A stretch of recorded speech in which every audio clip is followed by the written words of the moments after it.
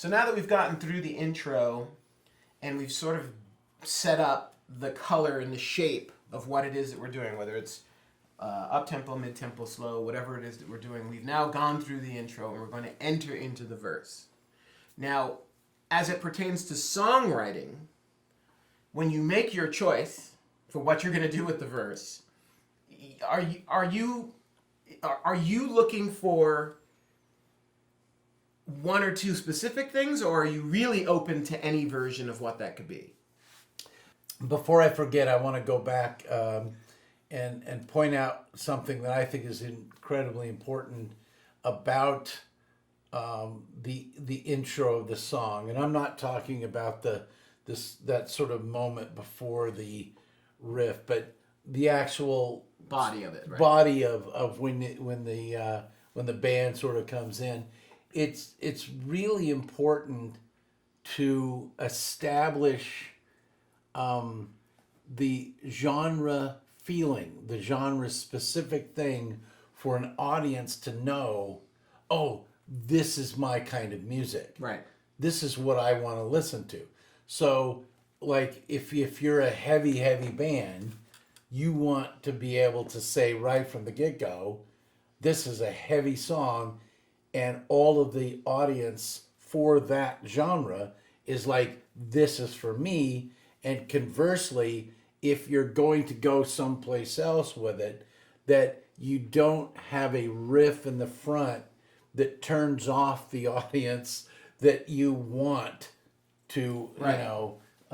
To capture for. Yeah, I mean, it becomes sort of a complicated endeavor, because not only do you have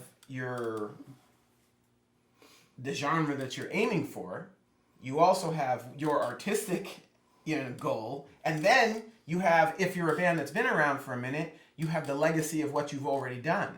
So you have expectations that people might be having, and you sort of have to juggle all of these in an interesting way. I mean, look at OK Computer by Radiohead, a great example of a record that was completely created without the audience's expectations and consideration at all, yet somehow worked for them and became over time a great album for them. Absolutely. So let's jump back into now we're looking at let's jump back into the verse, because I think what happens in any style of music, any genre of music, the verse has a very specific job.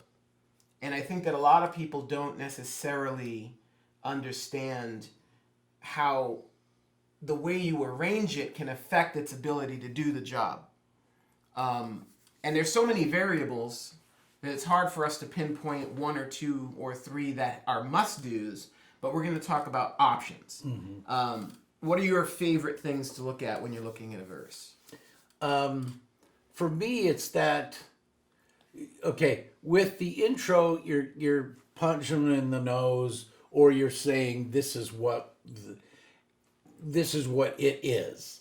In the verse, to me, that's that first moment where it really gives you the opportunity to make the visceral connection with the audience, in terms of, there's your introduction of your first lyric, there's the, and in some ways, as important or even more so, is there's the first introduction of the singer to the audience, which I think, is one of those key things. Is like, I always say, the way that an audience assimilates music, it isn't, the majority of times it's not the lyric.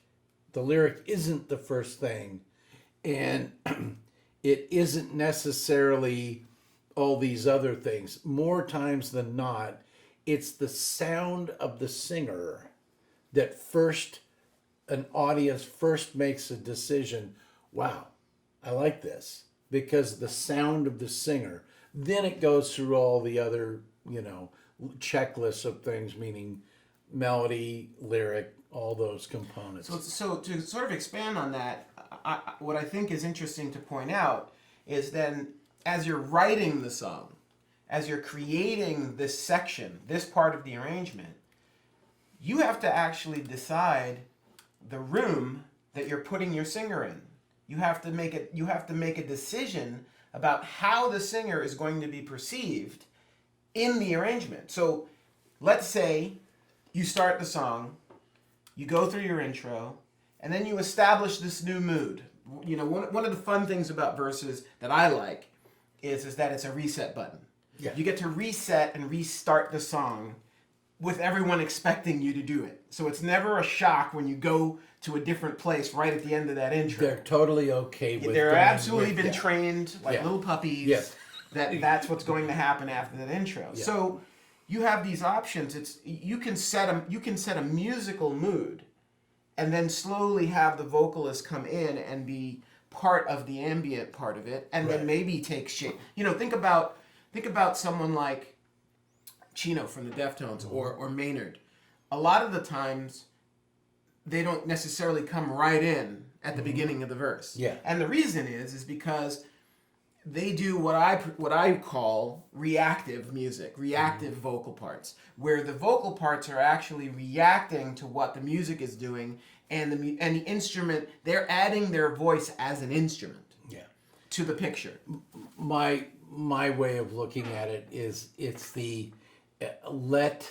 in those situations, it's letting the landscape of the verse establish itself. And then once the landscape is there, then you can interject it. And I love that kind of stuff because I think because the other thing is, as you pointed out earlier, I love the freedom of verses. Right. Because we all know what we have to do in the chorus to make it work. You got to deliver a very specific component in the chorus that delivers it. But in the verse, that's the one thing that a lot of great songs have in common is the freedom of the verse to take chances. It also lets the singer have more freedom too, a la, as you were saying about Chino, that's what allows him to go places that, are can sometimes be a bit abstract, but the audience is willing to go there with him. So. Yeah, and furthering on what you just said, and what I said about reactive and versus proactive melodies. What happens sometimes is you have a verse. In a lot of modern pop songs, the verse melody is sort of lives in a vacuum, like let's say Post Malone or Billie Eilish or someone like Halsey or something like that. Those melodies, if you just isolated just the chords and also just the chords and just the melody's doing all the work.